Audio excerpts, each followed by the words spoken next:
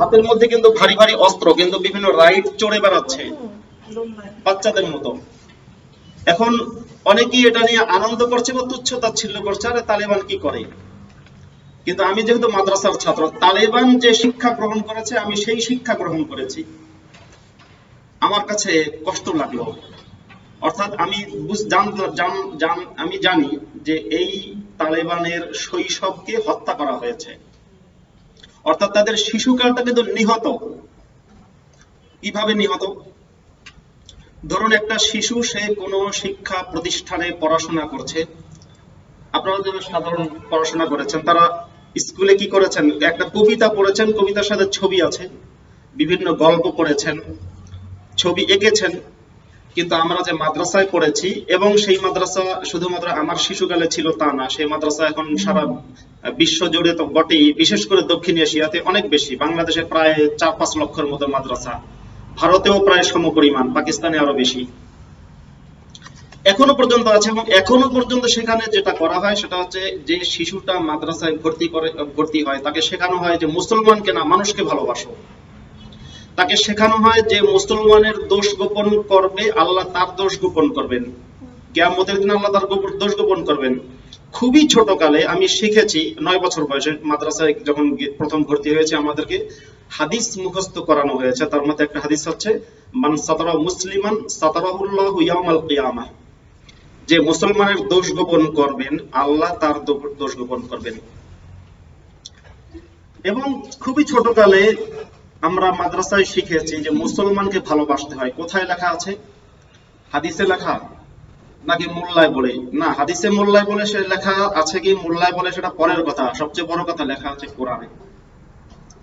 কোরআনে লেখা আছে সূরা আলে ইমরানের 118 নম্বর আয়াতে, ইয়া আইয়ুহাল্লাযীনা আমানু লা তাত্তাখিযু বিতানাতাম মিন দুনিকুম লা ইয়ালুনাকুম খাবালা, তোমরা তোমাদের দলভুক্ত অর্থাৎ মুসলমান বাদে অন্য কারোর সাথে বন্ধুত্ব করো না, তারা তোমাদের কোনো ক্ষতি করতে ত্রুটি করবে না। ওয়াতুমা আনিতুম কাদ বাদাতিল বাগদাউ মিন আফওয়াহিহিম ওয়া মা তুখফি সুদুরুহুম আকবার, তাদের কথা থেকে বিদ্বেষ প্রকাশ পাচ্ছে আর তাদের মনের মধ্যে তোমাদের জন্য আরো বিষ লুকায়িত আছে। আমি বাংলা ভাষা মনে হয় সবাই বোঝে না, আসামের মানুষ বাংলা ভাষা বোঝে এটা আমি জানি। তো এবার দেখুন, আপনি যদি কাউকে জুলুম করতে চান, বা একটা হয়তো রাজনীতির এটা একটা নিয়ম যে কোনো একটা সম্প্রদায়কে জুলুম করার জন্য আপনি আরেকটা সম্প্রদায়কে বুভুক্ষ বানাবেন।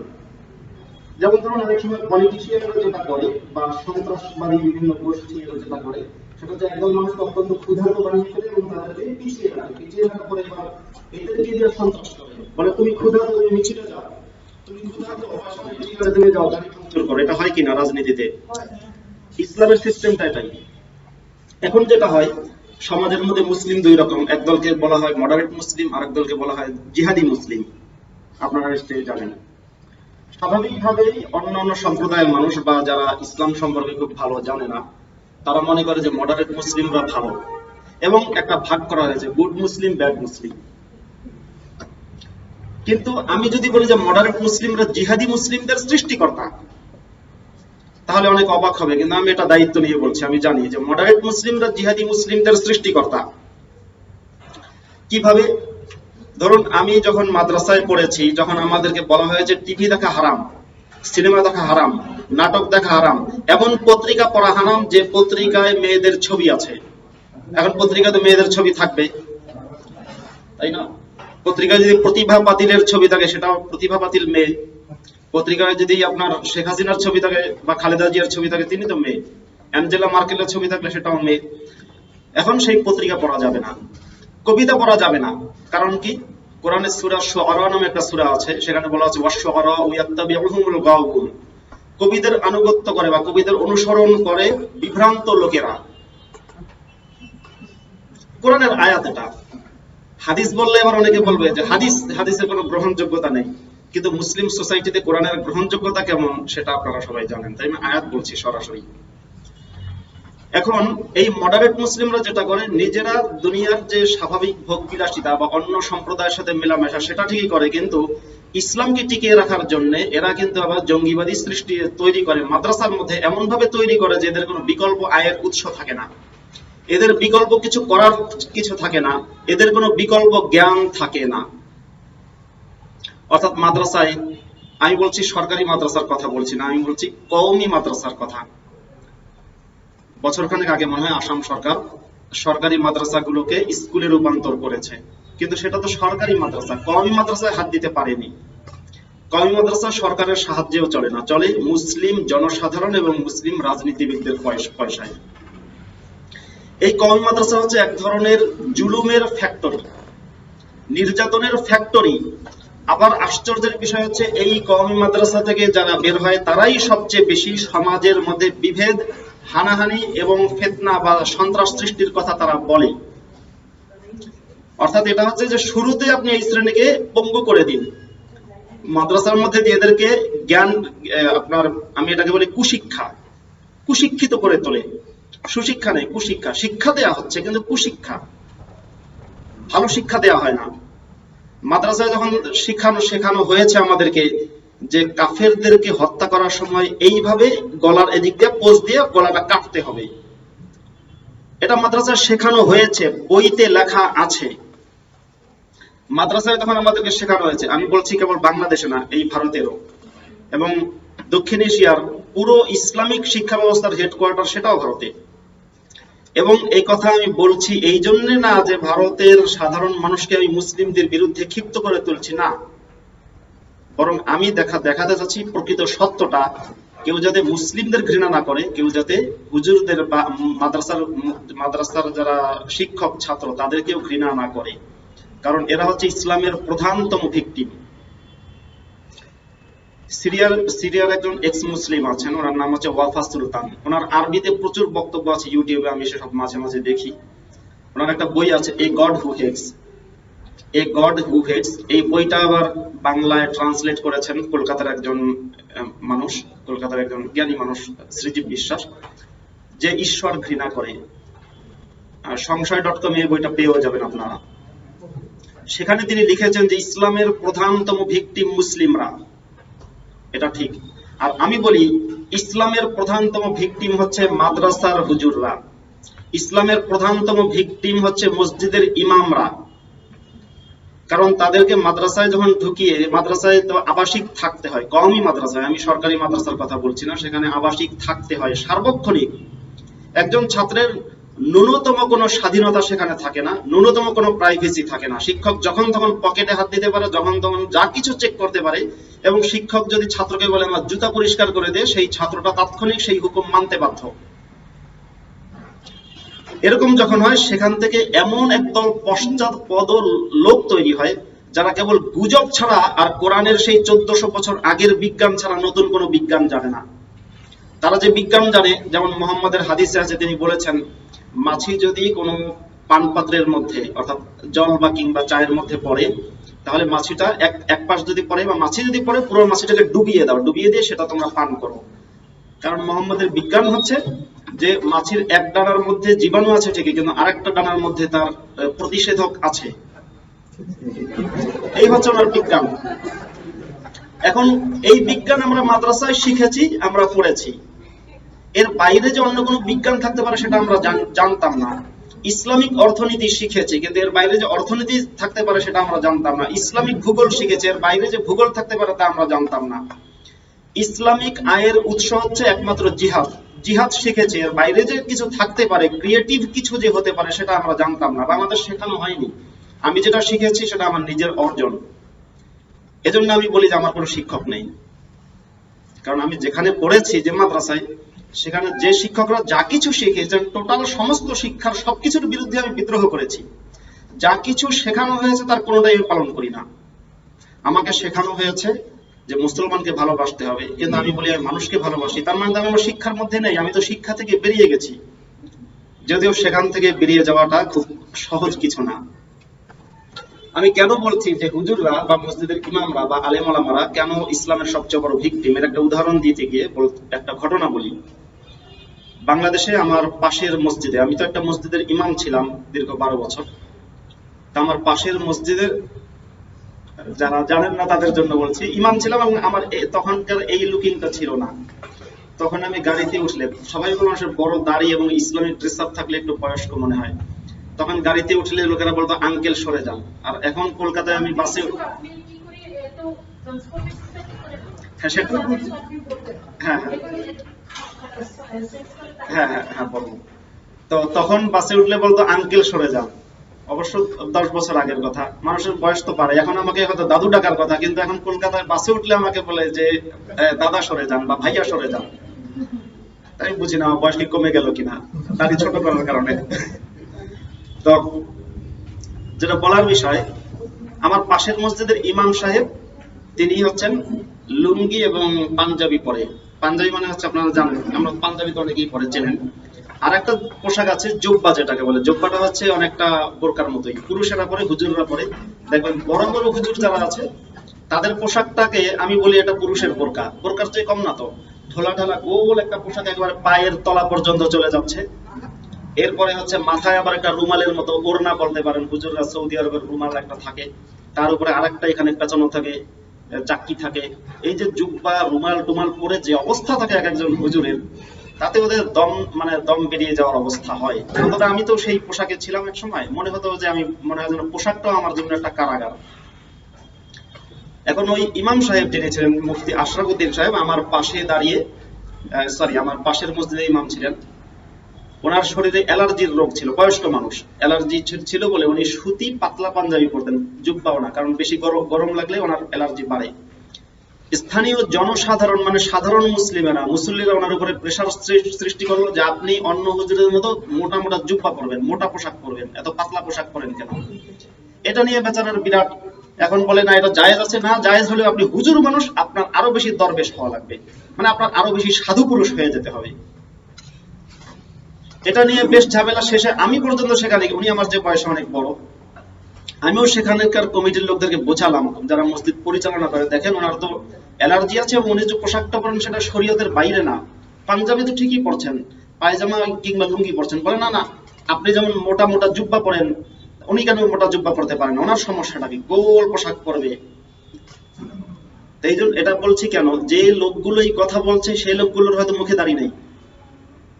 আমি এমন ইমামের কথা জানি যে ইমাম সামান্য একটু লিবারেল কথা বলেছিলেন জুমার ভাষণে কিংবা ব্যক্তিগতভাবে কিংবা ফেসবুকে একটু লিবারেল পোস্ট করেছেন, সেই ইমামকে ধরে অপমান করেছে এবং তওবা করিয়ে ইসলামে ফিরিয়ে নিয়েছে কোন লোকেরা, যে লোকের মুখে দাঁড়িয়ে নেই, যে লোক নিজে নামাজ পড়ে না।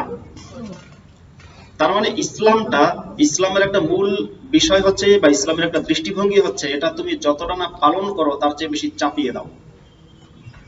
কোরআনের মধ্যে নামাজের নির্দেশ দেওয়া আছে 82 বার, যদিও জিহাদের নির্দেশ আছে 450 বার। নামাজের নির্দেশ দেওয়া আছে যে 82 বার, সেই 82 বারের বেশিরভাগ, প্রায় সমস্ত নির্দেশই, 2-4টা বাদে বেশিরভাগ নির্দেশই হচ্ছে কি ওয়া আকিমুস সালাহ, নামাজ কায়েম করো। কায়েম করা মানে হচ্ছে নামাজটা সামাজিকভাবে, রাষ্ট্রীয়ভাবে প্রতিষ্ঠা করো। তার মানে নিজের নামাজ পড়ার চাইতে অন্যের উপরে ইসলামটা চাপিয়ে দেওয়াটা বেশি জরুরি। আর আজ পর্যন্ত 1400 বছর ধরে ইসলাম বা ইসলামিক রাজনীতি সেটাই করে চলেছে, নিজে যতটা ধর্ম পালন করে প্রত্যেকটা মুসলিম বা ইসলামপন্থী অন্যের উপরে চাপিয়ে দিতে চায় বেশি। এজন্য ইসলাম আজকে মুসলিমদের গলার ফাঁস হয়ে দাঁড়িয়েছে। আপনারা জানেন তো, গলায় ফাঁস লাগলে ছুটতে চায়। ইসলাম থেকে বেরোনোর জন্য মানুষ হাঁসফাঁস করছে। আরব আমিরাত এক সময় কট্টর মুসলিম দেশ ছিল, সেখান থেকে বেরিয়ে গেছে। দুবাই এখন অনেকটাই কালচারাল, অনেকটাই আধুনিক বা অনেকটাই আপনার কি বলে মাল্টি কালচারিজমে বিশ্বাস করা শুরু করেছে। সৌদি আরবও কিন্তু বেরিয়ে যাচ্ছে প্রায়। এখন দুঃখ হচ্ছে ভারতবর্ষের জন্য। ভারতবর্ষ বলতে আমি কেবলমাত্র ভারত দেশটাকে বোঝাচ্ছি না, কারণ আমরা তো আসলে একই দেশের মানুষ, তাই না? জিনিসটা হচ্ছে ভারত একটা দেশ, ব্রিটিশরা যাওয়ার সময় দেশটাকে তিনটা ভাগ করে দিয়ে গেছে। তার মানে একটা মায়ের দুটো হাতকে বিচ্ছিন্ন করা হয়েছে। ভারত নামক যে মা, এই মা থেকে পাকিস্তান নামক একটা হাত এবং বাংলাদেশ নামক আর একটা হাত, প্রথমে পাকিস্তান হয়েছে এক হাত বিচ্ছিন্ন, পরে বাংলাদেশ হলো। তার মানে দুটো হাত তো বিচ্ছিন্ন, কিন্তু আসলে মা তো ঠিকই আছে, আসলে তো একটাই মা। যদিও আমি আবার হিন্দুত্ববাদীদের মতো ওই রাষ্ট্রকে মা কিংবা কি বলে নদীকে মা কিংবা গরুকে মা বলার কোন নীতিতে বিশ্বাসী না, কিন্তু আমি বলছি যে আমরা আসলে একই দেশের। এই জন্য বলছি ভারতবর্ষের আজকে ওরা বেরিয়ে যাচ্ছে, সৌদি আরব পর্যন্ত ইসলাম থেকে হয়তো বেরোতে চাইছে। কিন্তু ভারতবর্ষই হয়তো ইসলামের মধ্যে আরো ঢুকছে। আফগানিস্তান গেল, এদিকে বাংলাদেশের মানুষও বেশিরভাগ শরিয়া আইন চায়। এজন্য আমি বলি যে আফগানিস্তান, আমার মনে হয় আফগানিস্তান কিন্তু বাংলাদেশের চেয়ে একটু অগ্রসর। কেন অগ্রসর? কারণ আফগানিস্তান যে আজকে যে অবস্থা হয়েছে, বাংলাদেশ সেই পথে যাবে। তার মানে আফগানিস্তান কি হয়েছে, চূড়ান্ত শরিয়া পেয়ে গেছে, তালিবানি শাসন পুরোপুরি পেয়ে গেছে, চূড়ান্ত শরিয়া পেয়ে গেছে, শরিয়া আইন অনুযায়ী দেশ চলছে। আমার ধারণা খুব বেশি দিন লাগবে না, এই তালেবানের সদস্যরাই আস্তে আস্তে লিবারেল হয়ে যাবে, সেকুলার হয়ে যাবে।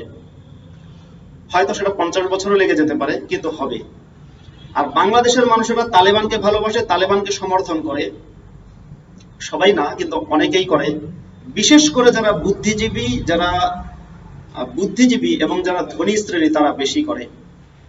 অনেক সময় অনেকে বলেন যে না, অভাব, দারিদ্র এবং অশিক্ষা, এটাই হচ্ছে মৌলবাদ বাড়ার কারণ।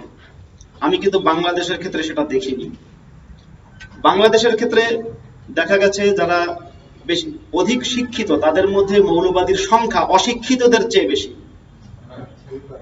এবং অধিক ধনীদের মধ্যে মৌলবাদীর সংখ্যা গরিবের চেয়ে বেশি। আগে এক সময় মানুষ মনে করতো যে গরিব বুঝি মৌলবাদী হয়, কিন্তু 2015 সালে গুলশান হামলা হলো, যে সেখানে একেবারে বাংলাদেশের ধনীদের ছেলেরা এবং সবচেয়ে নামি দামি ধনাঢ্য ইউনিভার্সিটির ছেলেরা যখন সেই হামলায় অংশগ্রহণ করলো, তখন কিন্তু মানুষের এই ভুলটা ভেঙে গেল। মানুষের ভুলটা তখন ভেঙেছে, কিন্তু আমি 2002 সালে বা 2003 সালেই বুঝতে পেরেছি যে তোমরা যারা ধনী বা সভ্যতা বা ভদ্রলোকের মুখোশ পরে আছো, তোমাদের মুখোশের আড়ালের চেহারা আর একটা।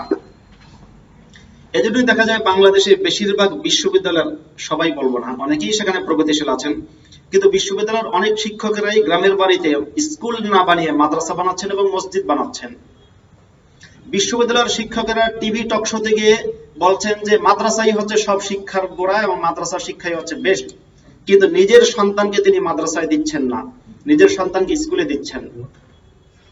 আমরা বাংলা ভাষায় এটাকে বলি জাতে মাতাল তালে ঠিক।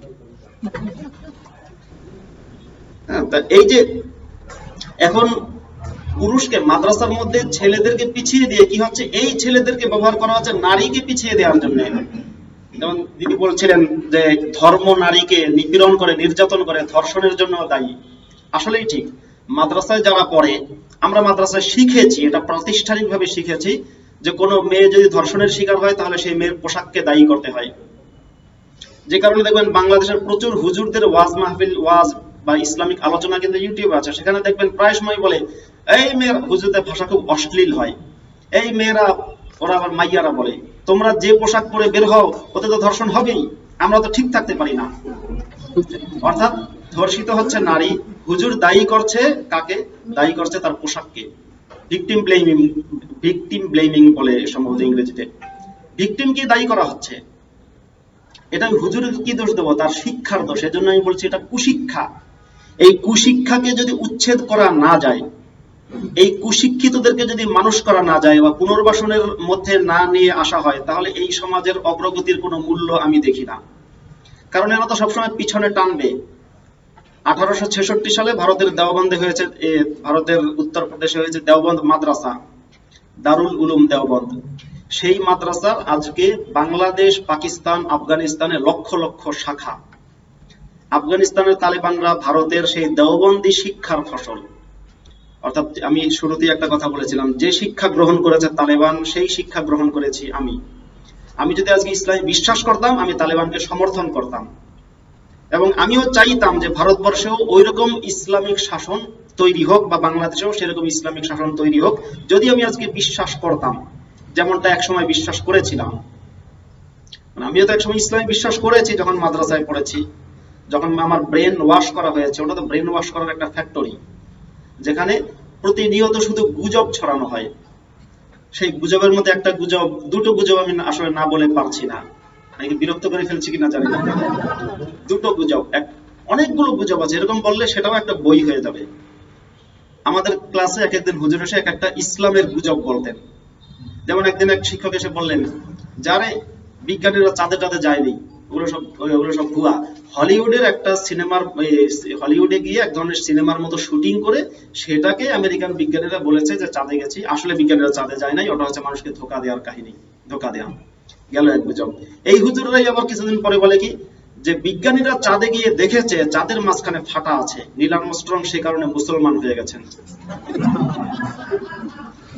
আবার এক সময় গুজব শুনলাম যে ভারতের একজন নভোচারী ছিলেন নাম করা সুনিতা উইলিয়ামস, উনি মুসলমান হয়ে গেছেন। এক সময় শুনলাম যে হোমিওপ্যাথি চিকিৎসার যিনি আবিষ্কারক হ্যালিমান, উনি মুসলমান হয়ে গেছেন। এক সময় শুনলাম যে জর্জ বার্নার্ড শ তিনিও মুসলমান হয়ে গেছেন। এভাবে করে বিভিন্ন লোক মুসলমান হয়ে গেছে শুনি, কিন্তু বাস্তবে ওই সমাজে শোনা যায় এগুলো, অর্থাৎ ওই সমাজের সবাই এটা বিশ্বাস করে, তাদের সাথে অন্যদের ফিজিক্যালি খুব কাছে কিন্তু খুব মানসিকভাবে অনেক আপনার কত হাজার হাজার আলোকবর্ষ দূরে আছে, বহু দূরে আছে, অন্তত 1400 বছরের দূরত্ব আছেই, যদি কমিয়ে বলেন তাও 1400 বছরের দূরত্ব।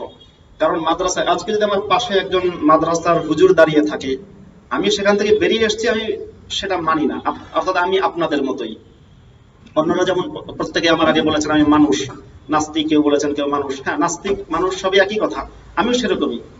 কিন্তু আজকে যদি আমার পাশে একজন হুজুর দাঁড়িয়ে থাকে যে হয়তো আমার সহপাঠী, আমার সাথে পড়াশোনা করেছে, আমি তার সাথে কথা বলবো, কিন্তু আমাদের দুজনের দূরত্ব মিনিমাম 1400 বছর,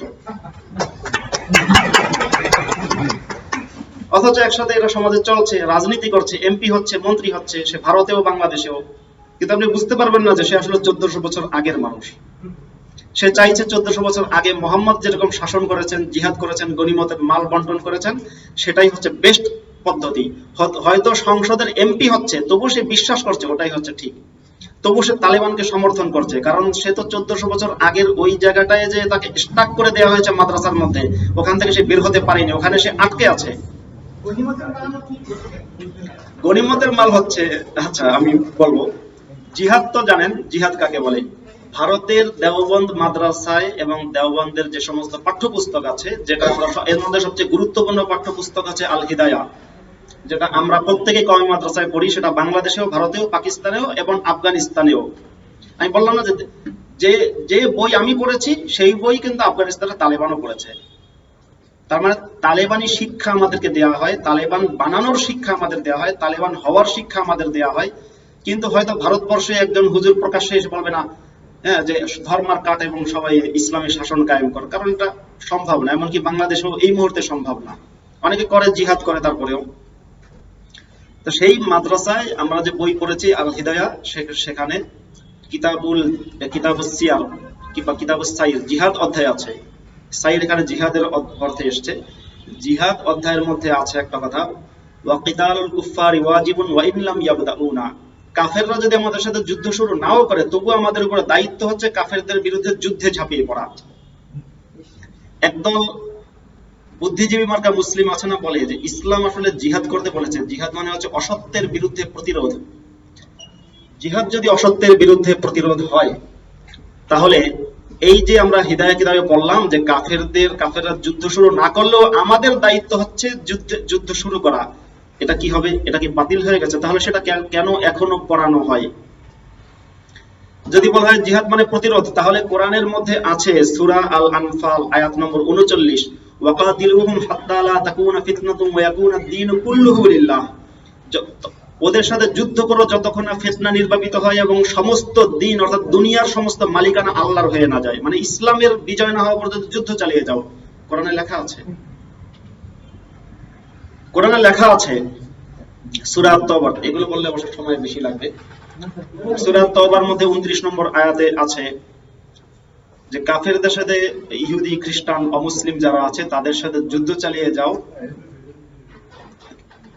কাদের সাথে যুদ্ধ চালাও? যারা ইসলামকে, আল্লাহকে আল্লাহ হিসেবে মানে না, নবীকে নবী হিসেবে মানে না। আয়াতটা হচ্ছে, দাঁড়াও এই মুহূর্তে মনে পড়ছে না, আমার কোরআনটা পুরো মুখস্থ আছে এবং আরবি ভাষা জানি বলে, কিন্তু এই মুহূর্তে মনে পড়ছে না, একটু মনে পড়লে। হ্যাঁ, তো সেই আয়াতের মধ্যে বলা হচ্ছে যে একই কথা, ইসলাম প্রতিষ্ঠা না হওয়া পর্যন্ত যুদ্ধ চালিয়ে যেতে হবে। ইসলাম, যারা বলে ইসলাম শান্তির ধর্ম, তাদের ব্যাপারটাকে তুলনা করে আমি এরকম যে রামকৃষ্ণ মিশনের, আবার রামকৃষ্ণ মিশনের আমি পক্ষে বিপক্ষে কিছু বলছি না, অনেকে আছে তাদের নামের সাথে থাকে স্বামী, আছে না স্বামী, স্বামী বিবেকানন্দই তো আছে। তো স্বামী বিবেকানন্দের কোনো স্ত্রী নেই, আপনারা জানেন তো, স্ত্রী ছিল না। এখন আবার অনেক সময় কোন একজন অন্ধ ছেলের নাম থাকে পদ্মলোচন, মানে পদ্মের মতো চোখ, কিন্তু সে অন্ধ। তার নাম দিলেই তো হবে না। ইসলাম শান্তির ধর্ম, ইসলামের শান্তির অবস্থা সেরকম যে সেখানে শান্তির কোনো উপস্থিতি নেই, ন্যূনতম কোনো শান্তি নেই, অথচ বলা হচ্ছে শান্তির ধর্ম। এটা এক ধরনের প্রপাগান্ডা। নারীর বিরুদ্ধে এত সমস্ত হ্যাঁ আচ্ছা বলছি, নারীর বিরুদ্ধে এত সমস্ত বাজে কথা বলা মাদ্রাসায় শেখানো হয় যে নারীকে কেবলমাত্র অবজেক্ট হিসেবে দেখানো হয়েছে, বস্তু। যে কারণে মাদ্রাসায় যে পড়ে সে কেবলমাত্র নারীকে বস্তু ভাবতে শেখে, কারণ এই বস্তুটা ভাবতে শিখিয়েছেন যিনি, তিনি কিন্তু ইসলামের প্রতিষ্ঠাতা মুহাম্মদ। তিনি বলেছেন আদ-দুনিয়া মাতাউন ওয়া খায়রু মাতাইহাল মারআতুস সালিহা, দুনিয়া হচ্ছে ভোগের বস্তু, ভোগের জায়গা, ওই দুনিয়াকে মজা লিলো টাইপের, দুনিয়া ভোগের জায়গা, এর মধ্যে সবচেয়ে উৎকৃষ্ট ভোগের বস্তু হচ্ছে সতী নারী, সৎকর্মশীল নারী সবচেয়ে উৎকৃষ্ট ভোগের বস্তু। এখন গনিমতের মাল কি? গনিমতের মাল হচ্ছে মুসলমানরা যখন অমুসলিমদের সাথে যুদ্ধ করবে, জিহাদ করবে, সেই জিহাদে অমুসলিমদের টাকা পয়সা, ধন সম্পদ, বাড়ি গাড়ি এবং স্থাবর জমি এবং নারী, এই সবই হচ্ছে গনিমতের মাল। নারী শিশু এরা সবাই হচ্ছে গনিমতের মাল। এই গনিমতের মাল মুসলিম জিহাদি যারা আছেন তারা যেভাবে ইচ্ছা সেভাবে ব্যবহার করতে পারবেন। অর্থাৎ আপনি যখন কোনো অমুসলিমকে হত্যা করলেন, সেই যাকে হত্যা করবেন তার বাড়ি ঘর আছে, বাড়ি ঘর আপনি দখল করতে পারবেন। হ্যাঁ, চাইলে মুসলিমদের যিনি জিহাদের নেতা থাকবেন তিনি চাইলে আপনাকে কম বেশি দিতে পারেন, তুমি ঠিক আছে তুমি এতটুকু নাও, এতটুকু অমুককে দিলাম। আর নারীও তিনি বন্টন করে দেবেন, নারীদেরকে বন্টন করে দেবেন যে ঠিক আছে তো বিবাহিত পুরুষই হোক বা অবিবাহিত, ঠিক আছে তুমি এই 2টা মেয়েকে নাও, তুমি এই 3টাকে নাও, বা তুমি এই 1টাকে নাও, এদেরকে দাসী বানানো হবে এবং এদের সাথে যা ইচ্ছা তাই করা যাবে। নিশ্চয়ই বুঝতে পারছেন কি বোঝাচ্ছি আমি। তো এই যে ব্যাখ্যাটা যে অমুসলিমদের সাথে আপনি যুদ্ধ করে তাদের সকল মালামাল লুট করে নিয়ে তারপরে আপনি ইসলামিক একটা সিস্টেম মোতাবেক, ইসলামিক আমরা অবশ্য গনিমতের মাল বন্টনের পদ্ধতি পড়েছি, এই যে বলছিলাম একটু আগে, আল হিদায়া কিতাব, বাবু তাকসিমিল গনিমা, গনিমতের মাল বন্টনের একটা অধ্যায় আছে। যে বইটা পড়েছে সেটা ভারতের উত্তরপ্রদেশের দেওবন্দের থানবী লাইব্রেরি থেকে প্রকাশিত, আমি আরবি কিতাব পড়েছি, সেখানে এটা লেখা আছে।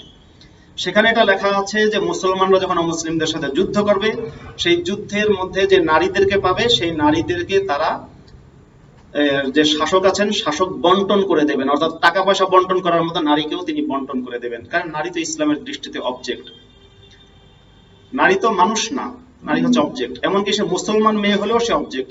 আর অবজেক্ট বলেই মুসলমান মেয়েকে পর্যন্ত বোরকা পরে থাকতে হয়, কারণ কি, যেটা তো অবজেক্ট, একে ঢেকে রাখতে হবে। যারা সোশ্যাল মিডিয়ায় অ্যাক্টিভ তারা দেখবেন সোশ্যাল মিডিয়ায় প্রায় ইসলামপন্থীরা লেখে যে কলা যেমন ঢেকে রাখতে হয় নারীকেও সেরকম ঢেকে রাখতে হবে, নিশ্চয়ই জানেন। হ্যাঁ, এবার বলে যে চকলেট যদি খোলা থাকে তাহলে চকলেটের উপরে পোকামাকড় পিঁপড়া আসে, সুতরাং চকলেট যদি ঢেকে রাখতে পারো নারীকে কেন ঢেকে রাখবে না? এখন কথা হচ্ছে নারী যদি চকলেট হয় তাহলে পুরুষ কেন চকলেট নয়? আমরা যদি প্রশ্ন করি তাহলে পুরুষও তো চকলেট, পুরুষকেও ঢেকে রাখা হোক। তারা বলবে না না, নারী হচ্ছে বিশেষ সম্মানের জিনিস। এটা আবার ওই মডারেট মুসলিমদের একটা টেকনিক যে নারীকে আল্লাহ এত এত সম্মান দিয়েছেন, এত সম্মান দিয়েছেন তাকে ঢেকেই রাখতে বলা হয়েছে, এত সম্মান। এখন আমি একবার বলেছিলাম একটা লাইভে, এক মুসলিমের লাইভে মাঝে মাঝে ডিবেট করি, তো একজনের প্রশ্নের জবাবে বললাম তাহলে এই সম্মানটা আল্লাহ আমাকে দিলেন না বলেও তো আমি মাইন্ড করেছি। মানে এই সম্মানটা যে নারী এত সম্মান তাকে ঢেকে রাখতে হবে, আমি পুরুষ, আল্লাহ যদি আল্লাহ আমাকেও কেন এই সম্মান দিলেন না যে আমাকেও ঢেকে রাখা হোক, এই জন্য তো আমি আল্লাহর উপরে মাইন্ড করেছি, তিনি আমাকে অসম্মান করেছেন। এই হচ্ছে ইসলাম এবং মাদ্রাসার একটা স্বরূপ। আমাদেরকে পিছিয়ে দেওয়া হয়েছে নারীকে পিছিয়ে রাখার জন্য। আমাদের কাজ হচ্ছে নারীর বিরুদ্ধে ক্রমাগত বক্তব্য দেয়া। আমাদের মানে আমি যদি আমার আগের জীবনের কথা বলি সেটা, অর্থাৎ মাদ্রাসায় এখনকার, অর্থাৎ এখন আমি তো সেটা করছি না, কিন্তু আমাকে সৃষ্টি করা হয়েছিল এই জন্য মডারেট মুসলিম যারা, মডারেট মুসলিম কারা? মডারেট মুসলিমদের মধ্যে, সাধারণ মুসলিমদের মধ্যে যারা আছে না, সিনেমার নায়ক নায়িকা গান গায়, বা ধরেন সংস্কৃতি কর্মী কথিত, এরকম অনেকেই কিন্তু মনে মনে মৌলবাদী। এজন্যই আমরা দেখতে পাই কি বাংলাদেশের ক্ষেত্রে, বাংলাদেশের কথাটাই বলছি, এখানের অবস্থাও অনেক ক্ষেত্রেই সেরকম। সারা জীবন সিনেমায় অভিনয় করলো, মাঝ বয়সে গিয়ে আল্লাহ রাস্তায় চলে যায়, হজ করে, বলে যে আল্লাহর পথে ফিরে আসলাম। একটা গল্প শুনলে অবাক হবেন। আমি যখন বাংলাদেশে ইমাম ছিলাম, যখন আমার ভেতর থেকে বিশ্বাস পুরোপুরি শেষ হয়ে গেছে, বিশ্বাস নেই, তো প্রত্যেক মানুষের নিজের মতো লোক খোঁজে। আমি আমার মতো লোক খুঁজলাম যে এই সমাজে আমি একেবারেই একা, কেউ কি আমার মতো নেই, একটু প্রগতিশীল চিন্তা করে কাউকে পাচ্ছি না। আর যেহেতু আমি এমন অবস্থা তখন যদি আমি একটু প্রগতিশীল কারোর সাথে মিশতে যাই, সে বেটা আমাকেই ভয় পায়, কারণ লুকিং ছিল তো বোঝেনি কেমন ছিল। যেমন 2013 সালে গণজাগরণ মঞ্চ হলো, যখন আমি গণজাগরণ মঞ্চের আশপাশ দিয়ে ঘুরলে গণজাগরণ মঞ্চের কর্মীরা আমার দিকে বড় বড় চোখ করে তাকাতো, জঙ্গি টঙ্গি কিনা। দেখতে জঙ্গিদের মতোই লুকিং ছিল পেশাগত কারণে, আর আমি ওদেরকে দেখে ভয় পেতাম এই জন্য যে আমাকে আবার জঙ্গি ভেবে মাইর দেওয়া শুরু করে কিনা, কি এক সমস্যা। তো যেটা বলছি যে সেই মাদ্রাসা, যখন আমি ওই সময় সঙ্গী খোঁজা শুরু করেছি, যখন দেখতাম কোনো ব্যক্তি একটু প্রগতিশীল কথাবার্তা বলে, আমি সাথে আর একটু অ্যাড করতাম। এরকম একটা ঘটনা হচ্ছে, একবার একজন কলেজ টিচারকে, একজন কলেজের টিচার, তিনি যাই হোক বাংলাদেশের একজন কলেজ টিচার, উনি খুব প্রগতিশীল কথাবার্তা বলেন, সুফিবাদ, আধ্যাত্মবাদ এগুলো, তারপরে হচ্ছে সঙ্গীত, এগুলোর পক্ষে। আমি প্রসঙ্গক্রমে বললাম যে আমিও না ধর্মীয় মৌলবাদী বিশ্বাস করি না, এবং ক্ষেত্র বিশেষে কোরআনের আয়াতের মধ্যে আমি ভুল খুঁজে পাই। সে লোক চোখ বড় করে বলে, বলেন হুজুর, আমি তো তখন হুজুর হুজুর আপনি এই কথা বলছেন কোরআনের মধ্যে ভুল। আমি বললাম তো সমস্যা কি? বলে হুজুর আপনারা তো ইসলাম চলে গেছে এবং আপনারা তো হত্যা করা ফরজ। অর্থাৎ সেই লোক জানে যে ইসলাম ত্যাগ করলে তাকে হত্যা করা ফরজ, এবং ইসলামের একটা নির্দেশ, মোহাম্মদ বলেছেন মান বাদদালা দীনাহু ফাকতুলুহু, যে ধর্ম পরিবর্তন করবে তাকে হত্যা করো। তিনি সেটা করেছেন তার জীবনে বহুবার। কিন্তু শুনলে অবাক হবেন, আমি ইসলাম ত্যাগ করার পরে আমি আমার বন্ধু মহলে, সবাই তো ইমাম, স্বাভাবিকভাবেই বন্ধুরা সবাই ইমাম, এরকম মোটামুটি 15 জন ইমামকে বলেছি আমি ইসলাম ত্যাগ করেছি, ইসলামের প্রতি আমার বিশ্বাস নেই। 15 জনের মধ্যে 2-1 জন বলেছে যে সর্বনাশ, মানে একটা জিহ্বায় কামড় দিয়ে, এটা কি কাজ করলেন, ঠিক না এটা, এতটুকু। আর বেশিরভাগই বলেছে ভাই সাবধান থাকবেন, আপনার কিন্তু মরণের ভয় আছে, আপনি কিন্তু মরবেন, সাবধান থাকবেন। তার মানে তারা আমাকে ভালোবাসছে, জানে আমি এক্স মুসলিম, তবু আমাকে ভালোবাসছে। আমি কথাটা এই জন্য বললাম যে কেবলমাত্র অনেকে কি একটা কথা আছে না ইংরেজিতে, ডোন্ট জাজ কভার না কি যেন, সরি, বাই ইটস কভার, মানে অর্থাৎ বইয়ের কভার দেখে বইকে বিচার করা যায় না। ঠিক সেরকম পোশাক দেখে মানুষকে বিচার করা যায় না। আপনি দেখছেন যে হুজুরের মতো পোশাক, বিশাল বড় দাড়ি, হতে পারে সে মনে মনে নাস্তিক। অথবা আপনি দেখছেন একজনের মুখে দাড়ি নেই, হয়তো ওর সামনে মদের বোতল আছে, কিন্তু আপনি জানেন না সে হয়তো বড় ভয়ঙ্কর এক জঙ্গি। ভয়ঙ্কর জঙ্গি এই হিসেবে, সে যখন শুনবে যে আব্দুল্লাহ মাসুদ নামে এক মুফতি ইসলাম ত্যাগ করেছে, সে বলবে কি যে জীবনে তো মদ্যপান কম করে নাই, পাপ টাপ তো অনেক করেছি, গান শুনেছি, গান শোনায় পাপ হয়েছে, একটা চাকু দিয়ে এটারে খুন করে আমি বেহেশতে যাই। এবং এটা কিন্তু হয়েছে কিনা, রঙিলা রসুলের প্রকাশককে যে হত্যা করেছিল, তার নাম আছে ইলমুদ্দিন, সে ওইটা চেয়েছিল যে আমি তো পাপ টাপ জীবনে করেছি, তো আল্লাহ রসুল কিনা কটূক্তি করেছে, তাকে হত্যা করে আমি বেহেশতে যাই। এবং এটা মুহাম্মদ নিজেও করেছেন, এবং ইসলাম এটা করার নির্দেশ দেয়। যাই হোক, এবার একটা প্রশ্ন, মানে কিছু প্রশ্ন মানুষের মধ্যে আসতে পারে যে ইসলাম কি সংস্কার সম্ভব কিনা। অন্যান্য ধর্ম যেরকম সংস্কার হয়েছে, হয়নি, খ্রিস্ট ধর্ম একটা লিবারেল অবস্থানে চলে এসেছে, হিন্দু ধর্মেরও একটা সংস্কারের রূপ আছে, আবার একটা উগ্রবাদী রূপ আমরা এখন দেখতে পাচ্ছি, যেটা ভারতে অনেকটা মানে রাইজিং হচ্ছে, যেটা উগ্র হিন্দুত্ববাদের। ইসলামের সংস্কার সম্ভব কিনা? আসলে ইসলামের সংস্কার সম্ভব না। যদি কেউ বলে যে ইসলামের মধ্যে কোনো একটা ইসলাম ভালো কিনা, যে ঠিক আছে ইসলামের অমুক সেক্ট ভালো, ইসলামের কোনো একটা দিক ভালো বলে আমি জানি না। অনেকে বলে যে সুফিবাদ ভালো ইসলাম, সুফিবাদ তো ইসলামের সাথে সুফিবাদের ন্যূনতম কোনো সম্পর্কই নেই। সুফিবাদ হচ্ছে আলাদা একটা দর্শন, এবং সুফিবাদীরাও ক্ষেত্র বিশেষে জঙ্গি। সুফিবাদীরা অনেক সময় জঙ্গিবাদের এজেন্ট হিসেবে বা জিহাদিদের তথ্য সংগ্রহকারী হিসেবে কাজ করেছে, যদিও সেটা নিয়ে কথা বলতে গেলে আলাদা অনেক সময় লাগবে। কেবল এতটুকু বলা, ইসলাম সংস্কারের যোগ্য না, কিন্তু তাই বলে এই না যে মুসলিমরা ঘৃণিত। এখানে তো বেশিরভাগ মানুষই, বা অনেক মানুষই, বেশিরভাগ কিনা আমি জানি না, অনেক মানুষই এক্স মুসলিম আছেন। মুসলিমদের ঘৃণা করব না, বা কোনো মানুষকেই ঘৃণা করি না, এমনকি একজন বিশ্বাসী হিন্দুকেও আমি ঘৃণা করি না, বিশ্বাসী খ্রিস্টানকেও না। কিন্তু যেটা বলছি যে সমস্যা ইসলামের মধ্যে, ইসলামের কবল থেকে আমরা নিজেরা যেমন বেঁচেছি, অন্যদেরকে বাঁচাতে হবে। কারণ যে ব্যক্তি, যদি আমরা মানুষকে ইসলামের কবল থেকে বাঁচাতে না পারি, সেই মানুষ পৃথিবীর জন্য ক্ষতির কারণ হবে, সে ক্ষতি করবে। সে যদি কোরআনকে পুরোপুরি ফলো করতে যায়, সে তো মানুষকে ভালোবাসতে পারবে না, কেন সে মানুষকে ভালোবাসতে গেলেই কোরআনের আয়াত দেখবে যে না, মানুষকে ভালোবাসা যাবে না, মুসলমানকে ভালোবাসো। সে যদি মানুষের সেবা করতে যায়, তখন দেখবে না, মানুষের সেবা না, মুসলমানের সেবা করো, কোরআনে লেখা আছে। যেটা করতে যাবে সেখানেই সে দেখবে যে ইসলামের, অর্থাৎ ভালো কাজ করতে গেলে সেখানে সে বাধা পাবে। এজন্য বলছি, মানুষকে ইসলামের প্রকৃত স্বরূপটা জানানো জরুরি। অনেক মানুষ মুসলমান আছে, ভালো আছে না, যে সে নামাজ পড়ে কিন্তু খুব ভালো লোক, জনসেবা করে, খোঁজ নিয়ে দেখবেন সে আসলে ইসলাম সম্পর্কে সঠিক জানে না, তার মনটা ভালো, তার মনটা ভালো। অর্থাৎ সে, আপনি যেমন আইয়ুব আলী যেরকম একজন ভালো মনের মানুষ, উমা দেবী যেরকম একজন ভালো মনের মানুষ, জনসেবা করতে চান, মানুষকে ভালোবাসতে চান কোনো বিচার না করে, অর্থাৎ জাতপাতের বিচার না করে, ঠিক সেরকম অনেক মুসলমানও এরকম আছে, কিন্তু আসলে সেই মুসলমান ইসলাম সম্পর্কে জানে না। যখন সেই মুসলমান ইসলাম সম্পর্কে জানবে, যেমন জাকির নায়েক ফতোয়া দিয়েছেন গতকালকে যে ক্রিসমাস উদযাপন করা মুসলমানের জন্য হারাম। তিনি জেনে বুঝিয়ে বলছেন, ওটা ফতোয়াটা কিন্তু ভুল না, সঠিক ফতোয়া। তিনি বলেছেন মেরি ক্রিসমাস বা হ্যাপি ক্রিসমাস বা এই ক্রিসমাসের কোনো শুভেচ্ছা জানানো, এটা প্রত্যেকটা মুসলমানের জন্য হারাম। এর আগে জাকির নায়েক একবার ফতোয়া দিয়েছিলেন, পাকিস্তানে যখন একটা সিদ্ধান্ত হলো রাষ্ট্রীয়ভাবে যে কোনো অমুসলিমদের উপাসনালয় ভেঙে গেলে সেটা নতুন করে নির্মাণ করা হবে না, বা অমুসলিমদের নতুন কোন স্থাপনা নির্মাণ করা যাবে না, অর্থাৎ কোন মন্দির, গির্জা, প্যাগোডা বানানো যাবে না, মসজিদ বানানো চলবে। তখন জাকির নায়েক সিদ্ধান্ত দিয়েছেন, হ্যাঁ এটা সঠিক সিদ্ধান্ত, এটাই ইসলামের বিধান, আমরাও জানি এটাই ইসলামের বিধান। তো অনেকে বলে ইসলাম অমুসলিমদের অধিকার নিশ্চিত করেছে, নারীর অধিকার নিশ্চিত করেছে। যারা এটা বলে তারা হচ্ছে কি এক ধরনের হুজুররা যারা বলে, বা ইসলামপন্থীরা, আমাদের কথা বলতে দেয় না। কথা বলতে দেয় নাই বলেই বাংলাদেশ থেকে আমি এখন এক্সাইলে আছি, আমার এখন বাংলাদেশে থাকতে পারছি না, কারণ বাংলাদেশে হাজার হাজার হুজুররা, হাজার হাজার ইসলামপন্থীরা হাজার হাজার ওয়াজ মাহফিল, প্রোগ্রাম, ইসলামিক জলসা এগুলোর আয়োজন করে, সেখানে তারা ইচ্ছা মতো কথা বলে, যা মন চায় তাই বলে, এবং মানুষকে ভয়ের মধ্যে রাখে, মানুষের মধ্যে ঘৃণা এবং হিংসা প্রচার করে। আমরা যে মানুষের মধ্যে ভালোবাসার প্রচার করব, সেজন্য কোনো সুযোগ পাই না।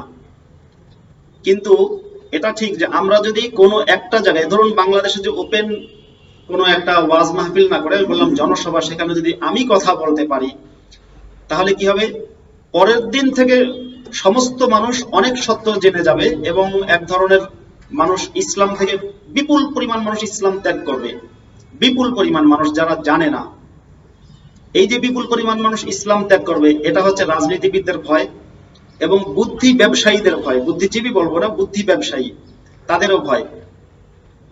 ওই সমস্ত লোকদের ভয়, ওই সমস্ত আপনার ধনাঢ্য ব্যক্তিদের ভয়, যারা কি করে, গার্মেন্টের শ্রমিকের বেতন কম দেয়, বেতন বৈষম্য করে, আর সেই শ্রমিককে বলে যে মসজিদ বানিয়ে দিয়েছে, আল্লাহর কাছে যাও। যখন শ্রমিক আল্লাহর কাছে নালিশ করতে যায়, ও তো জানে যে আমি যে শ্রমিককে নির্যাতন করি, এই শ্রমিক তো আল্লাহর কাছে কান্নাকাটি করে বলবে, আল্লাহ আমার মালিক, এই ফ্যাক্টরির মালিক আমাকে ঠকায়, তুমি তার বিচার করো। এটা নিয়ে সে মালিকের দুঃখ নেই, কিন্তু সে মালিক বক্তব্য দেওয়ার সময় বলে আল্লাহ, রাসূল, আলহামদুলিল্লাহ, মাশাআল্লাহ বলে, খুব বেশি বেশি বলে। কারণ কি, সে চায় তার শ্রমিক মসজিদে যাক, মসজিদে গেলে তার ভয় নাই, কিন্তু তার শ্রমিক যদি আদালতে যায় তবে তার ভয় আছে।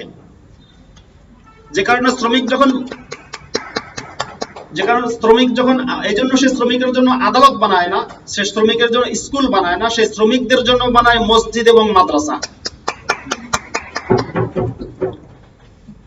সুতরাং আমি যেটা বলতে চাই, ধরুন ইসলামের সংস্কার সম্ভব না, ইসলামের সংস্কার সম্ভব না, ইসলামের ধ্বংস সম্ভব, কিন্তু ইসলামের ধ্বংস মানে কিন্তু মুসলমানের ধ্বংস না। এটা এখানেই হচ্ছে হিন্দুত্ববাদীদের সাথে মানবতাবাদীর পার্থক্য। হিন্দুত্ববাদীরা হচ্ছে মুসলমানদের ধ্বংস করতে হবে। যেমন রিসেন্টলি আমি কিছু বক্তব্য দেখেছি হরিদ্বারে, দিল্লিতে, হিন্দুত্ববাদীরা বলছে যে হিন্দুত্ববাদী রাষ্ট্র কায়েম করার জন্য আমরা লড়াই করব, মারবো, মরবো। এখানে দেখে যে হিন্দুত্ববাদীদের সাথে ইসলামের বেশ মিল আছে, মানে দুই জিহাদি দলের মিল আছে, এরাও জিহাদি, ওরাও জিহাদি। দুই জিহাদের কি মিল আছে? হিন্দুত্ববাদী, ইসলামে বলা হয়েছে কোরআনে, ইন্নাল্লাহা আশতারা মিনাল মুমিনিনা আনফুসাহুম ওয়া আমওয়ালাহুম বিআন্না লাহুমুল জান্নাহ, সূরা আত-তাওবা আয়াত নম্বর 111, যে আল্লাহ মুমিনের কাছ থেকে, মুমিন মানে ইসলামী বিশ্বাসী, তাদের কাছ থেকে জান্নাতের বিনিময়ে, বেহেশতের বিনিময়ে তাদের জান এবং মাল খরিদ করে নিয়েছেন। প্রাণটা নিয়ে নিয়েছেন। আল্লাহ আল্লাহ আমাদের সাথে মুসলমানদের কাছ থেকে, আমি তো মুসলিম না কিন্তু বলছি যে কল্পনা করি মুসলমানের সাথে আল্লাহ চুক্তি করে ফেলেছেন, তুমি আমারে তোমার প্রাণটা দিয়ে দাও, আমি তোমাকে বেহেশত দিচ্ছি। কিভাবে প্রাণ দেব? ইউকাতিলুনা ফি সাবিলিল্লাহি ফায়াকতুলুনা ওয়া ইউকতালুন, আল্লাহর রাস্তায় জিহাদ করতে হবে, লড়াই করতে হবে, এবং নিজে মারতে হবে, অন্যকে নিজে মরতে হবে, অন্যকে মারতে হবে। খুন করব, মারবো আর মরবো। এই যে খুনোখুনি, এতে আল্লাহ খুশি হয়ে কি করবেন? বেহেশত দিয়ে দেবেন। কোরআনে লেখা আছে। এখন হিন্দুত্ববাদীরা দেখে সেই কথাই বলছে যে আমরা হিন্দুত্ববাদী রাষ্ট্র তৈরি করার জন্য নিজেরাও মারবো, অন্যকেও মারবো, নিজেরাও মারবো, অন্যকেও মারবো। বেশ মিল আছে দুই শ্রেণীর মধ্যে। এজন্য অভিজিৎ রায় লিখেছিলেন, যিনি 2015 সালে বাংলাদেশে যে বইটা লেখার কারণে তিনি খুন হলেন, সেই বইয়ের নাম হচ্ছে বিশ্বাসের ভাইরাস। এটা কিন্তু খুব একটা মানে কি বলে গুরুত্বপূর্ণ একটা কথা, বিশ্বাসের ভাইরাস। অর্থাৎ তিনি দেখাতে চেয়েছেন বিশ্বাসটাই হচ্ছে একটা ভাইরাস।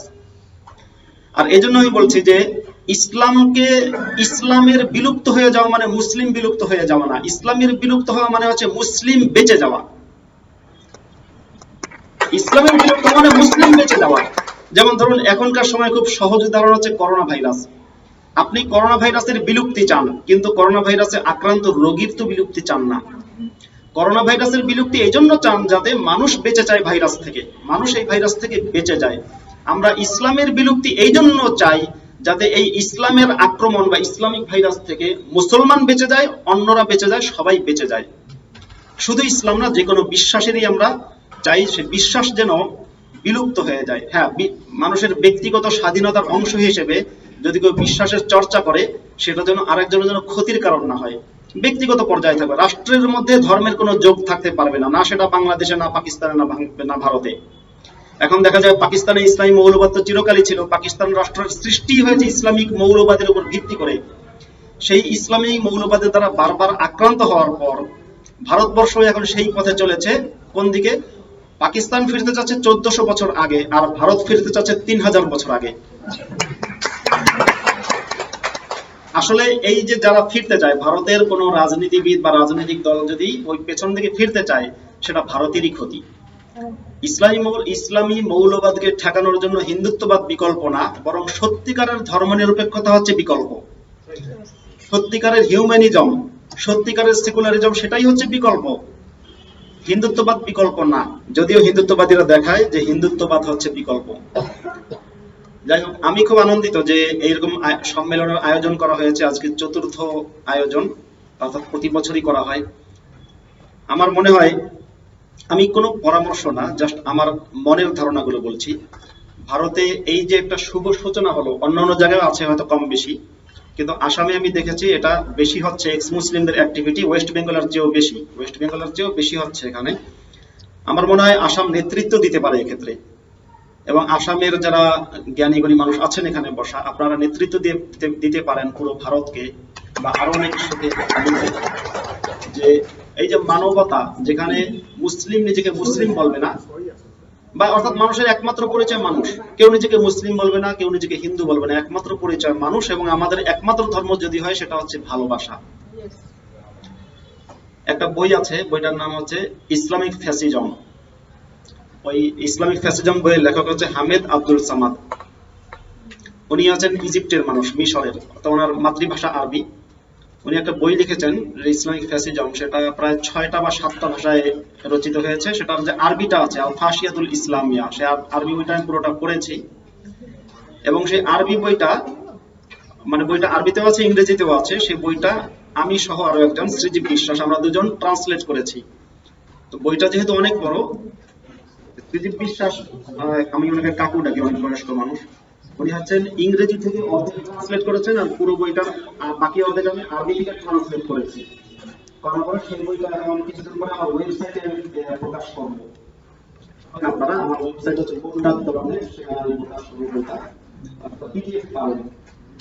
এই বইয়ে যে লেখক হামেদ আব্দুল সামাদ, তার একটা সাক্ষাৎকারে তিনি বলেছিলেন, ওনাকে একবার একজন জিজ্ঞাসা করেছে লা ইলাহা, তারপর বলছে বাকিটুকু আপনি বলেন। লা ইলাহা মানে তো আপনারা জানেন না মনে হয়, অর্থাৎ লা ইলাহা মানে কোনো উপাস্য নেই। মুসলমান হওয়ার জন্য কি পড়ে? লা ইলাহা ইল্লাল্লাহ, আল্লাহ ছাড়া কোনো উপাস্য নেই। তো উপস্থাপক বলছেন যে লা ইলাহা, এবার থেমে গেছেন। তখন ওই হামেদ আব্দুল সামাদ, ওই বইয়ের লেখক, তিনি বলছেন ইল্লাল হুব, ভালোবাসা ছাড়া।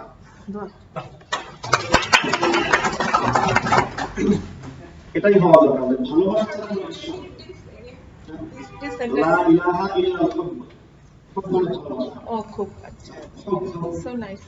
ভালোবাসা ছাড়া কোনো ঈশ্বর হতে পারে না। আমরা আসলে যারা এক্স মুসলিম কিংবা এক্স হিন্দু বা সোজা কথা আমরা যারা মানুষ, আমরা ভালোবাসি বলেই আমরা মানুষ। এখানে যারা রাহুল ভাই আছেন, উনি হিন্দু ধর্মে বিশ্বাস করেন না। কেন? উনি দেখছেন যে হিন্দু ধর্ম বলছে যে মুসলমানকে বা অন্য একটা আলাদা বিভাজন তৈরি করে দিচ্ছে, উনি এটা পছন্দ করেন না। উনি মুসলমানকে ততটা ভালোবাসেন যতটা ভালোবাসেন হিন্দুকে, যে কারণে উনি হিন্দু ধর্মকে পরিত্যাগ করেছেন। ঠিক এরকম ভাবে আইয়ুব আলীরও একই কথা, তিনি হিন্দুকে ততটা ভালোবাসেন যতটা ভালোবাসেন মুসলমানকে, যে কারণে ইসলামকেই উনি ত্যাগ করেছেন। কারণ ইসলাম তো বাধা দিচ্ছে, বলছে যে না, হিন্দুকে ভালোবাসা যাবে না, খ্রিস্টানকে ভালোবাসা যাবে না। আমি যেটা বলছি, আপনারা নেতৃত্ব দিয়ে আমার মনে হয় সারা ভারত জুড়ে যে ধর্মীয় উগ্রপন্থা, মানে ইসলামিক উগ্রপন্থা কিংবা হিন্দুত্ববাদের উগ্রপন্থা, এর বিরুদ্ধে এক ধরনের বুদ্ধিবৃত্তিক আন্দোলন, লিখনির আন্দোলন, বিভিন্ন বই বিভিন্ন ভাষা থেকে আসামিজ ভাষায় করা, আসামিজ ভাষা থেকে অন্য ভাষায় ট্রান্সলেট করা, ইংরেজি বাংলায় করা, এভাবে এবং বিভিন্ন সম্মেলন সমাবেশের আয়োজন করে আপনারা ভারতকে নেতৃত্ব দিতে পারেন, এবং সেই আশা আমি করব। আমি চাইবো, আমার মনে হয় এই সম্মেলন থেকে আমাদের এই শুভ সূচনা হোক, যে আমরা একটা অসাম্প্রদায়িক ভারত শুধু না, অসাম্প্রদায়িক পৃথিবী চাই, হিংসা মুক্ত পৃথিবী চাই, সেটা আমাদের চেষ্টা থাকবে। আর অনুরোধ করব আমি সবাইকে যে সাইফুল বাদেন টিটোর লেখা একটা বই আছে বিস্ফোরা, বইটা বাংলা ভাষায় বাংলাদেশে নিষিদ্ধ হয়েছে। বইটা বাংলাদেশ সরকার সরাসরি এক ফরমান জারি করে বইটাকে নিষিদ্ধ করেছে। কেন করেছে? কারণ এই বইটায় মাদ্রাসার ভেতরকার যে শিশুদের উপর নির্যাতন এবং ধর্ষণ এগুলো হয়, এই বিষয়টা এই বইটায় তুলে ধরা হয়েছে উপন্যাস আকারে। এখন যারা মাদ্রাসা ব্যবসায়ী, যারা মাদ্রাসা তৈরি করে, যারা রাষ্ট্র ক্ষমতায় আছে, তাদের মনে হলো আরে এরকম করলে তো আমাদের এই ব্যবসাটা নষ্ট হবে, মাদ্রাসায় যে জঙ্গি উৎপাদন করবে, এই জঙ্গিদেরকে বিশ্ব দরবারে দেখাবো, এই দেখো আমরা যদি ক্ষমতায় না থাকি তাহলে এই জঙ্গিরা ক্ষমতা দখল করবে, সুতরাং আমাদেরকে রেখে দাও। এই যে টেকনিক, সেই জন্যই বইটাকে নিষিদ্ধ করা হয়েছে। ওটা পশ্চিমবঙ্গ থেকেও অল্প দিনের মধ্যেই ওটা আবার বের হবে, আসাম থেকে বেরিয়েছে, অলরেডি বেরিয়েছে। আমরা বইটার কিছু কপি নিয়ে এসেছি। আইয়ুব আলী শর্মা এটার আসামিজ ভাষায় ট্রান্সলেট করেছেন। এছাড়া আইয়ুব আলী ভাইয়ের আরেকটা বই আছে নাস্তিকের জেল ডায়েরি, আমি রিকোয়েস্ট করবো সেই বইটাও আপনারা কিনতে পারেন। উনি ইসলাম ত্যাগ করার কারণে প্রায় 1.5 মাসের মতো জেল খেটেছেন। তারপরে আরেকটা বই আছে কি যেন, মানববাদ না, ছোটদের জন্য মানববাদ, ওই বইটা ছোটদের মানববাদ, ওটা ট্রান্সলেট করেছেন রাবেদ ভুইয়া। ওই বইটাও এখানে আছে, 3টা বই আছে, আপনারা নিতে পারেন। যাই হোক, আমি আর কথা না বাড়াই, শেষে একটা কথা শুধু বলবো, একটা কবিতার 2টা লাইন প্রসঙ্গ। আমার ট্রান্সফরমেশনটা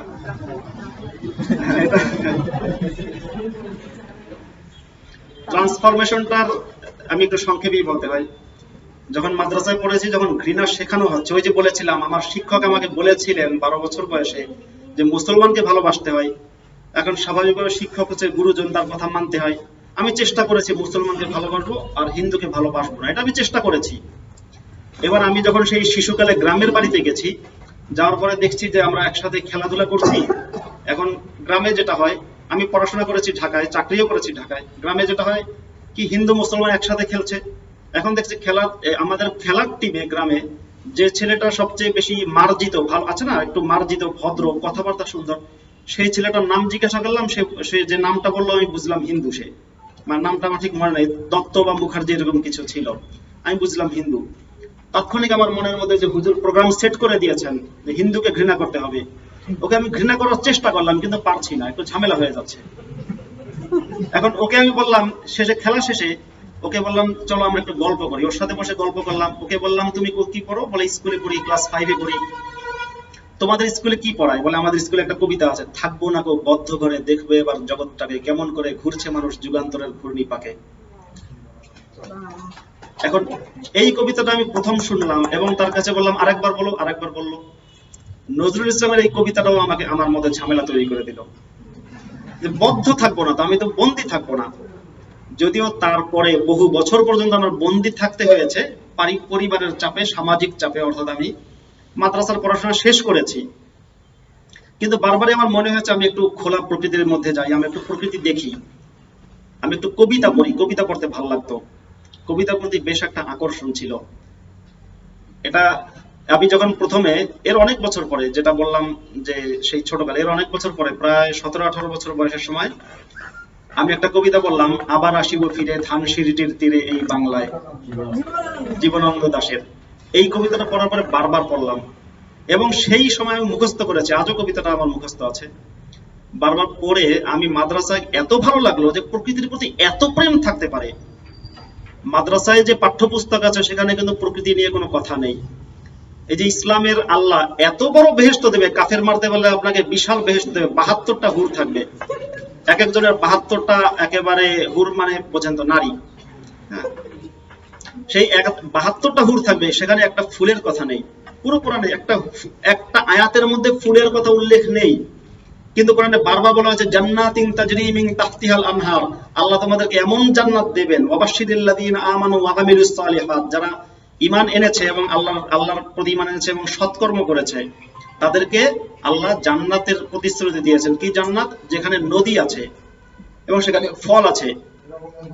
কুল্লামা রুজিকু মিনহা মিন সামারাতির রিজকা, সেখানে বিভিন্ন রকমের ফলমূল দেওয়া হবে। জান্নাত মানে বাগান। এখন মুসলমানকে আল্লাহ বাগান দেবেন, মানে জান্নাত দেবেন, উদ্যান দেবেন, সেখানে মানুষ আনন্দে থাকবে, সেখানে ফুল নেই। কি আশ্চর্য জান্নাত, কে জানে। আপনাদের কাউকে যদি পার্কে নেওয়া হয়, খুব সুন্দর পার্কে বেড়াতে যাবো, খুবই সুন্দর, কিন্তু সেখানে কোনো ফুল নেই। মানে ইসলামের আল্লাহ ফুল সম্পর্কে কোনো জ্ঞান ছিল বলে আমার জানা নেই। এবার কিন্তু আমার মনের মধ্যে হচ্ছে, ওই যে জীবনানন্দের কবিতা পড়েছি, কবিতা পড়ার পরে আমার মনে হয়েছে এই কবিতাটা আমাদের মাদ্রাসায় থাকা উচিত। যেহেতু এই কবিতাটা আমি নিজ দায়িত্বে পড়েছি, আমাকে মাদ্রাসায় পড়ানো হয়নি, আমি নিজে নিজে বই কিনে পড়েছি। মাদ্রাসায় গিয়ে আমার একজন শিক্ষক ছিলেন একটু ক্লোজ, তিনি একটু মুক্তমনা টাইপের মনে হয় ছিলেন। ওনাকে বললাম, হুজুর, কিন্তু পুরোপুরি মুক্তমনাও না, কারণ তার জবাবটা ছিল একটু খারাপ। বললাম, হুজুর, এই যে কবির কবিতা, এনার কবিতাটা আবার আসিব ফিরে ধানসিঁড়ির তীরে, এটা আমাদের মাদ্রাসায় রাখলে, মাদ্রাসায় যদি পাঠ্যপুস্তকে রাখা হতো ভালো হতো না? আমি কিন্তু এটা, আমার কাছে মনে হয় এই সমস্ত কবিদের কবিতা রাখা দরকার। উনি বললেন যে, দেখো, মাদ্রাসা তো ইসলামী শরিয়া মোতাবেক চলে, এখানে হিন্দুর কবিতা রাখা কেন হবে? তবে ভাগ্য ভালো, অন্য হুজুরকে বলে আমি ধমক শুনতাম, উনি আমাকে ধমকান নেই। তো এখান থেকে আমার এক ধরনের পরিবর্তন, কবিতা আমার মধ্যে এক ধরনের পরিবর্তন আনা শুরু করেছে আস্তে আস্তে। তারপরে গিয়ে তসলিমা নাসরিনের বই বিশেষভাবে আমাকে অনুপ্রাণিত করেছে। কিন্তু তসলিমা নাসরিনের বই যখন আমি পড়ি, বইটা পড়তে ভালো লাগে, পড়া শেষে আমি বলি, নাউজুবিল্লাহ, নাস্তিক, কাফের, কি লিখেছে। কারণ একটা হচ্ছে, দেখুন, আমার মনের মধ্যে দুটো সত্তা। একটা সত্তা হচ্ছে মানবিক সত্তা, যে আমাকে বারবার বলছে না, মানুষ, সবার পরিচয় মানুষ। আর একটা সত্তা বলছে, না না, তুমি কিতাবে পড়েছো যে মুসলমান সবচেয়ে বড়, সুতরাং তসলিমা নাসরিন খারাপ, এ তসলিমা নাসরিন কাফের। এটা মাদ্রাসায় করেছি, মনের মধ্যে ভয়ও লাগে, আরে যদি তসলিমা নাসরিনকে ভালো বলি তাহলে তো আমি দোজখে যাব। মনের মধ্যে ভয়, যদি আমি আল্লাহ যে কাফেরকে ঘৃণা করতে বলেছে, এই ঘৃণাটাকে যদি আমি না করি তাহলে তো আমি দোজখে যাব। কাফেরকে ভালোবাসলে আমি দোজখে যাব। ভাবুন, কাফেরকে ভালোবাসলে দোজখে যাওয়া লাগবে। কোরআনে বলা আছে, সূরা আল মাইদা আয়াত নম্বর 51, আয়াত নম্বর 51, সেখানে বলা হচ্ছে যে, ওয়ামাই ইয়াতাওয়াল্লাহুম মিনকুম ফাইন্নাহু মিনহুম, তোমাদের মধ্য থেকে, মানে মুসলমানদের মধ্য থেকে কেউ যদি অমুসলিমদের বন্ধু রূপে গ্রহণ করে তাহলে সে নিজেও অমুসলিম। এত ঘৃণা আসলে নেওয়া যায় না। তার যে কারণে হয়েছে কি, মনের মধ্যে যে প্রশ্ন আস্তে আস্তে দানা বেঁধেছে। এখন সমাজে কিন্তু আমি দেখছি, যে সমাজে আমি বসবাস করি, যে দেশে আমি বসবাস করি, সেই সমাজ, সেই দেশ আমাকে ধর্ম ব্যবসা করতেই বলছে। আমার জন্য ধর্ম ব্যবসা, কিন্তু কলেজ টিচারের জন্য ধর্ম ব্যবসার বাধ্যবাধকতা নেই। কলেজ আমার জন্য দাঁড়িয়ে রাখার বাধ্যবাধকতা ওনার জন্য নেই। কলেজ টিচারও আমাকে বলছেন, হুজুর, আপনি আল্লাহর লোক, আপনার দাঁড়িয়ে রাখতে হবে। সিনেমা যে নায়ক করে, সেও বলছে, হুজুর, সিনেমা দেখা কিন্তু হারাম, আপনি দেখবেন না। যিনি গান গায়, মুসলমান কণ্ঠশিল্পী, তিনিও বলছেন, হুজুর, গান শোনা কিন্তু হারাম, আপনি গান শুনবেন না, আমি তবে গান গাবো। ব্যাপারটা প্রায় এই টাইপের। যে ব্যবসায়ী নিজে দাঁড়িয়ে রাখে না, নিজের বাড়িতে হয়তো পুতুল টুতুল রেখেছে, সেও বলে, হুজুর, আপনি পুতুলের দিকে তাকাবেন না, আপনি মিলাদ পড়তে এসেছেন, মিলাদ পড়ে চলে যান, ওদিকে তাকাবেন না, ওদিকে তাকালেও পাপ হয়। অর্থাৎ বিষয়টা এমন যে, হুজুরের দায়িত্ব হচ্ছে বাকি সবাইকে ঠেলে ঠুলে ধরে ধরে বেহেশতে নিয়ে যাওয়া। তা আমার মনে হলো আমি কেন ঠিকাদারি করবো, তাই না? ঠিকাদারি পর্যন্ত বা এটাকে কি বলে, মানে নিজের খেয়ে পরের মোষ তাড়ানো, এটাও বলা যেতে পারে। যে তোরা বসে বসে পাপ টাপ করবি, আমার দায়িত্ব আমি নিজে একেবারে ই থাকবো, গান টান শুনবো না, গান শুনবো না, নাচ দেখবো না, নাটক দেখবো না, সিনেমা দেখবো না, ছবি আঁকবো না, কিছুই করবো না, আর আমি বসে বসে তোদেরকে বেহেশতে নেবো, কি ঠাকা পড়েছে?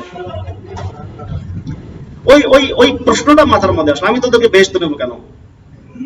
এরপর আমি যখন মানবিক চিন্তা শুরু করলাম, সবচেয়ে বড় কথা বই পড়েছি, বই আমার মধ্যে পরিবর্তন করেছে, মানবিক চিন্তা করলাম, এখন আমি দেখলাম বাধা চারিদিকে।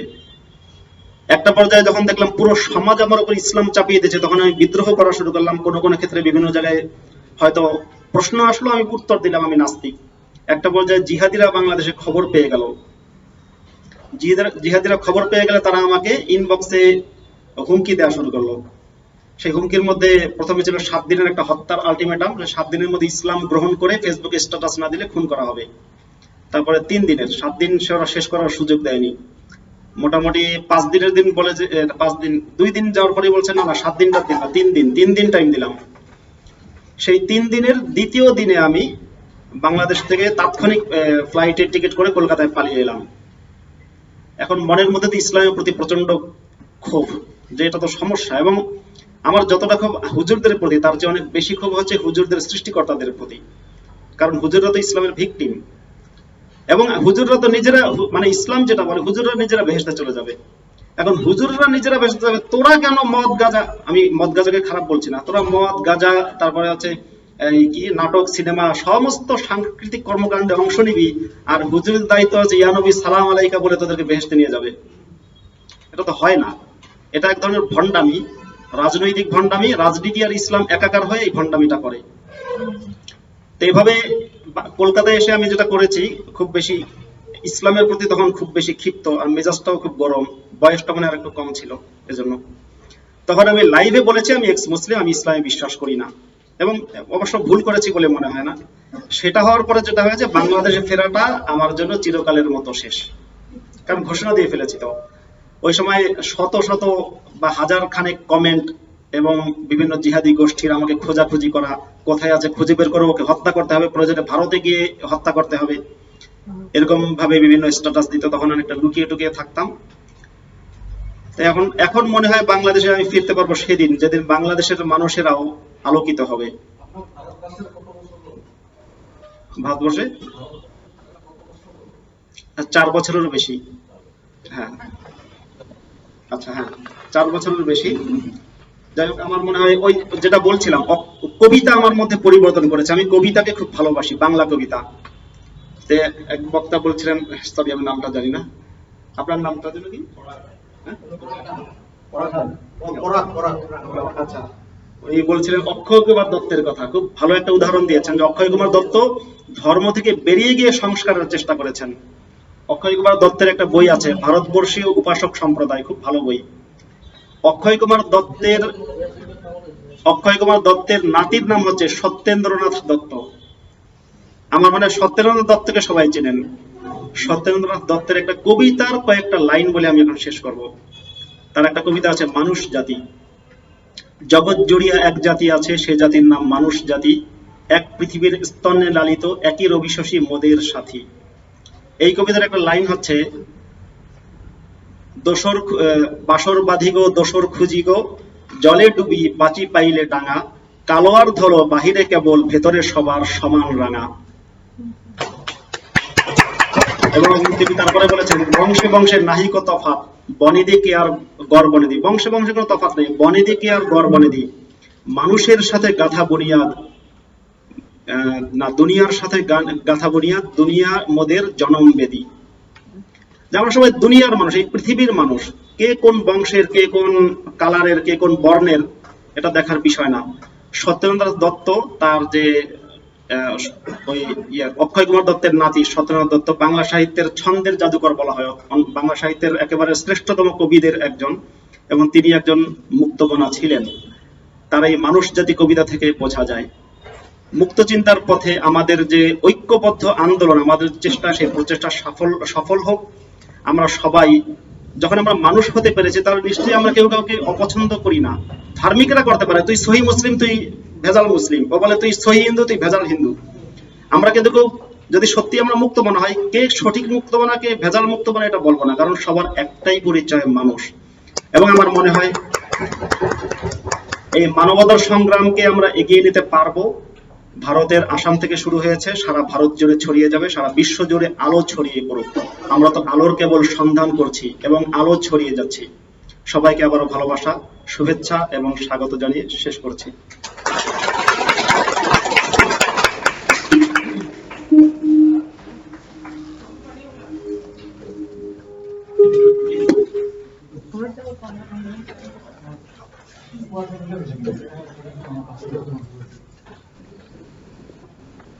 আব্দুল্লাহ মাছুদক ধন্যবাদ। আমি ইয়াত অহাৰ আগতে সৰভাগ মানুহে যে আব্দুল্লাহ মাছুদক নাজানে ব্যক্তিগতভাৱে, তেওঁলোকে হয়তো ভাবে